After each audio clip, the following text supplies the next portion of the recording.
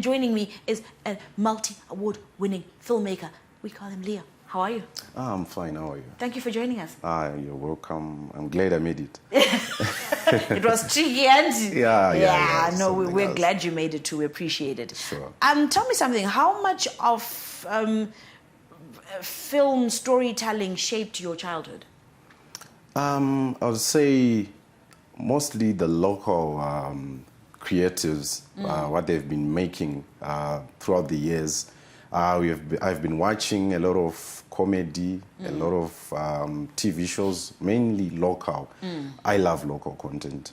So I remember back in the years when I was in the primary school, when we used to do some drama plays.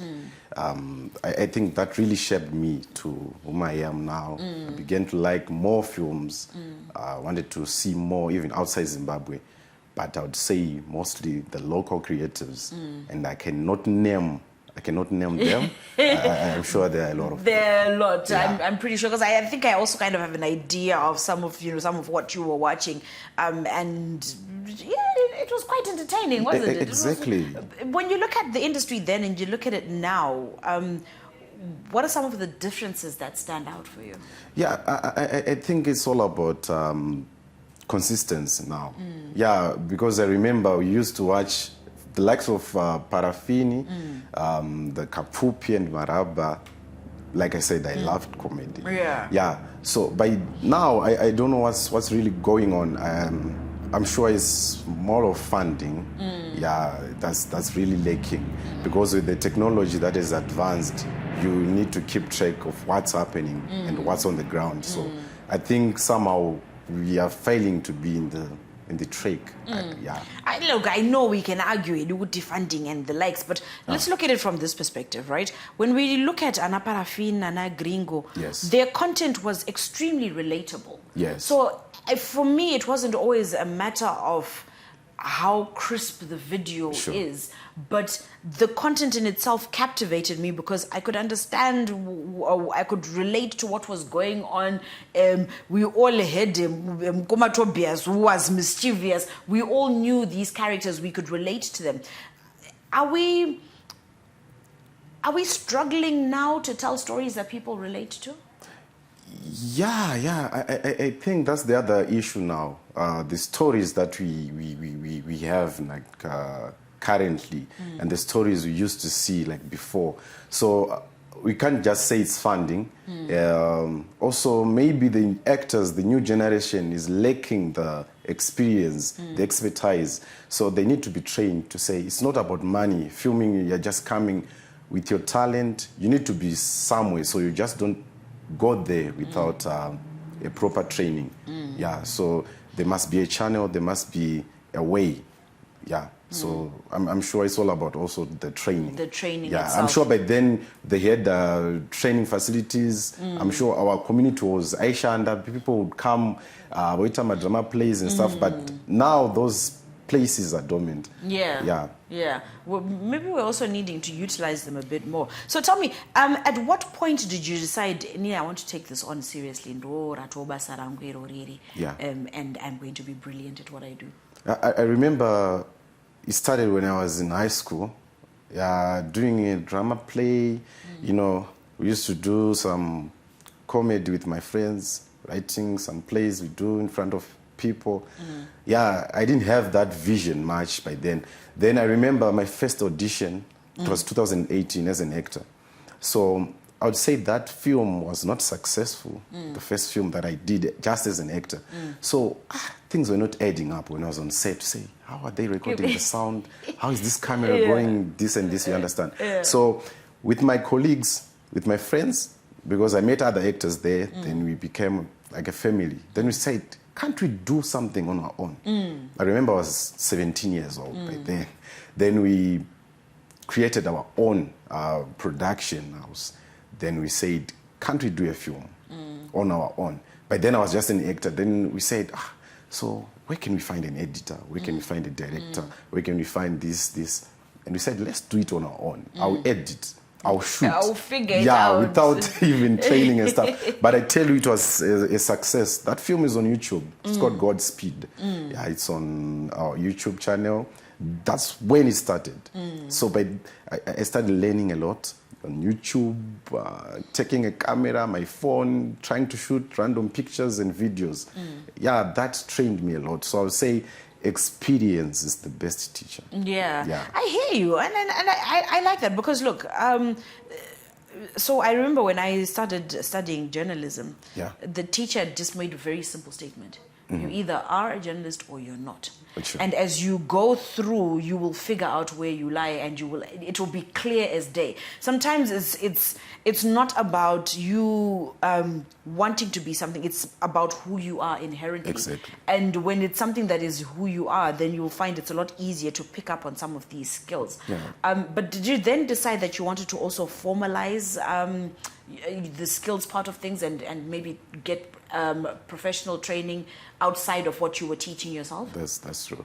So I agree with what you're saying because, like what you say, the experience is the best. So we should not be afraid to start something new. So when I started, I then said, no, I have to do this formally. So I began to do some training with some local institutes, doing writing. So I later found that I'm talented in many ways. Like I'm not just an actor. I can write, I can produce. Like now I'm a producer, I'm an actor, I'm a DOP. You know, what Zimbabweans have managed to perfect is the wearing of many hats. Yeah. Ndiri producer, ndiri script writer, ndiri editor, ndiri actor. Exactly. And I think it's great because it all feeds into each other. Yeah. But where do you draw the line on a production to say, okay, I now need to limit how many pots my fingers are dipping into so I can give the best of myself and contribute to a good project? How do you draw that line? All right, I'll tell you the last film that I did last year, I was just a DOP. Yeah, so we only created the concept, just this story. Then we found, we looked for writers to say, can you come on board and start writing as well? So I didn't want to do everything on my own. I just said, no, I'm focusing on doing the camera alone. Yeah, I would tell you other sets I can just go as an actor. Yeah, so I try to balance, not to make sure on any set I'm doing many things. No, I just focus on things that I can handle. Because I tell you can't be a DOP, an actor, and a producer at the same time. So you just one thing, say, this is what I'm doing. I have to focus on this thing. Yeah, because from Zimbabwe, pampacho, not sound. Let me just do this. But you have to find someone really good in that field. Say, come and do this. I can record sound, but so I have to bring people. Let's work together. Let's collaborate. And people, and you're creating employment to other people. So I love that. Just bring people on board. What's been your favorite part of your journey so far? Yeah. All right. My favorite part. I wish to create a series, a TV series, because when I started, we were just creating short films.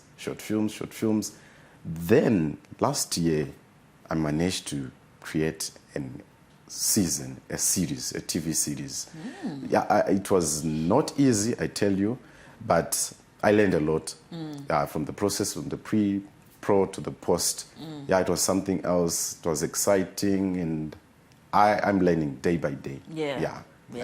And then we are multi-award winning as well as we are going through this journey. How does that feel? It feels so great when you are recognized. Yeah, it's something else. It lightens you. Yeah. So every day when you just wake up and remember you have been recognized, you have been awarded, I have to work hard day by day. Yeah. Pressure at your mind. Yeah. What do we expect from you in 2024? Are you working on anything that we can be looking forward to? Yeah, sure. Yeah, I'm currently working on another TV series that I'm working on. It's still in the pre-production. Yeah, and few short films, maybe in the feature film. Yeah, so It's a lot. yeah, I know. Serious, few short films. But let me just throw this on top as well. Let's see.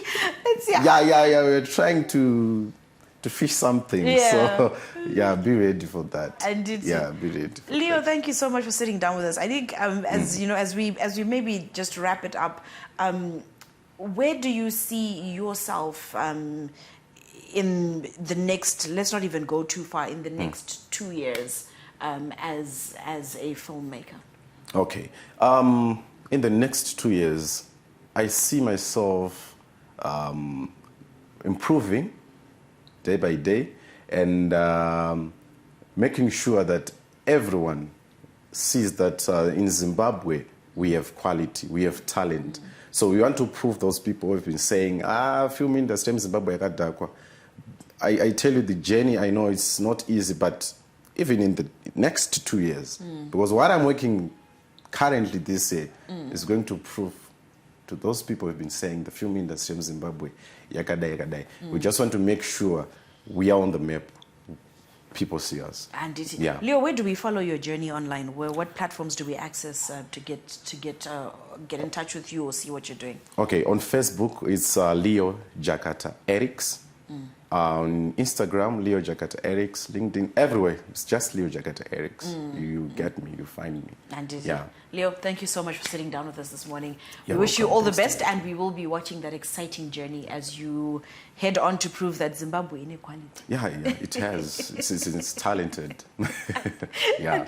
Sure. Thank you so much. That is all we had for you on Morning Rush this morning. We'll see you again tomorrow on Friday. Damn weekend. Bright-eyed and bushy-tailed. Have a great Thursday.